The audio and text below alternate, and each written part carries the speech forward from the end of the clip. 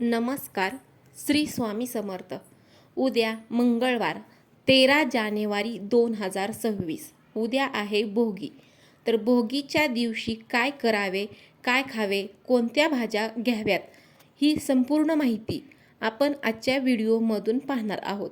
तर व्हिडिओ हा स्किप न करता शेवटपर्यंत नक्की पहा. मकर संक्रांतीच्या आदल्या दिवशी भोगी असते. या दिवशी बाजरीची भाकर, खिचडी, गुळाची पोळी आणि भोगीची भाजी खाल्ली जाते. भोगी सणाचं महत्त्व आणि माहिती. या दिवशी काय करावं, काय खावं, तर न खाई भोगी तो सदा रोगी, हे आपण नक्कीच ऐकलं असेल.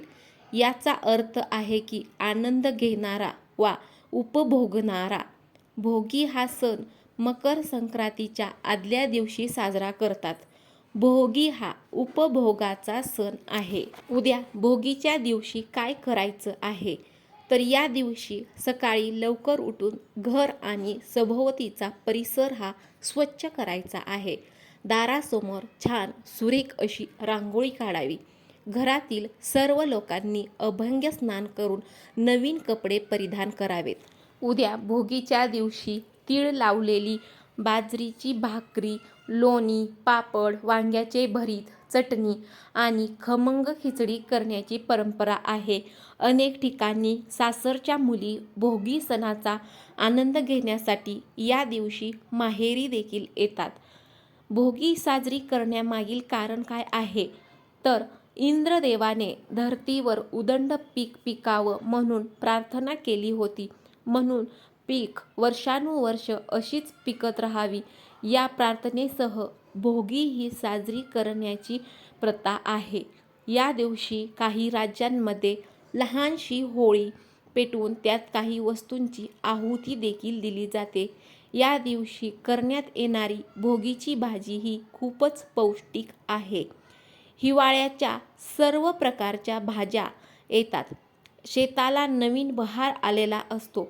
त्यामुळे या काळात भोगीची भाजी आणि तीळ लावलेल्या बाजरीच्या भाकरीचा आस्वाद हा घेतला जातो. या पदार्थांमधून उष्णता येते, ज्यामुळे शरीर पुन्हा वर्षभर काम करण्यासाठी सज्ज होते.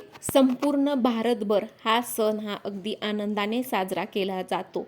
या सणाला देशभरामध्ये वेगवेगळी नावे आहेत. तमिळनाडूत हा सण पोंगल, तर आसाममध्ये भोगली बिहू नावाने ओळखला जातो.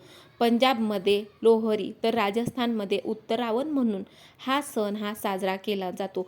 भोगी या दिवशी जुन्या वाईटाचा त्याग करून चांगल्या गोष्टी ह्या अंगीकारल्या जातात आणि वर्षभर जर काही चुकलं असेल तर तिळगुळ देऊन क्षमाही मागितली जाते आणि वर्षभर नात्यातील गोडवा हा टिकून राहावा अशा शुभेच्छा देखील दिल्या जातात. भोगीच्या दिवशी घराघरामध्ये एक विशेष मिश्र भाजी बनवली जाते. त्याला खेंगट किंवा भोगीची भाजी देखील म्हणतात.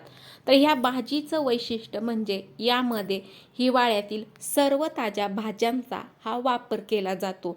त्याच्यामध्ये कोणत्या भाज्या घेतल्या जातात, तर ओले हरभरे, पावटा, वांगी, घेवडा, गाजर, वाटाणा आणि शेंगदाणे हे सर्व वापरून मिश्र भाजी ही केली जाते आणि त्यामध्येच तिळाचं प्रमाण देखील खूप जास्त वापरलं जातं.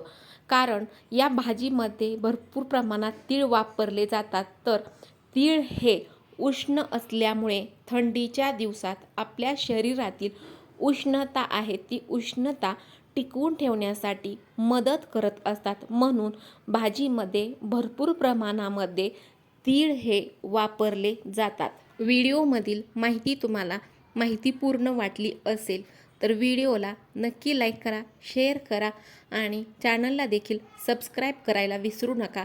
श्री स्वामी समर्थ. जय जय स्वामी समर्थ. अनंत कोटी ब्रह्मांड नायक श्री स्वामी समर्थ.